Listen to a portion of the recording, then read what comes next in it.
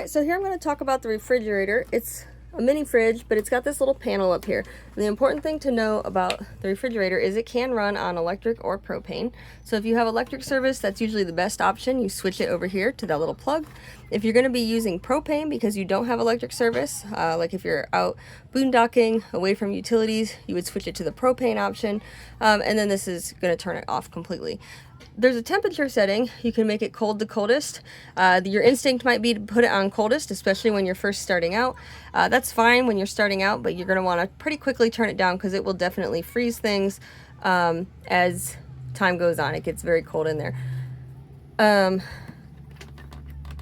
There is also a little mini freezer in here. You can put some ice packs in there. It will get cold enough to freeze ice over time. The more things that are in the refrigerator, the colder it's going to stay for you. Don't panic if it's not cold right away. It's a good idea to turn it on, keep your food in the cooler before you unload it, let things get cooled off. If you put some already cold things in there, that helps. Another thing to remember with refrigerators like this, they do have to be level. We have a two-part level here. It's magnetic, stuck to the hood. So when you're setting up your campsite, you will want to set this on the floor and make sure that you are level in both directions, because the refrigerator can have a difficult time functioning and it can actually destroy the unit if you are trying to run it when it's not completely level.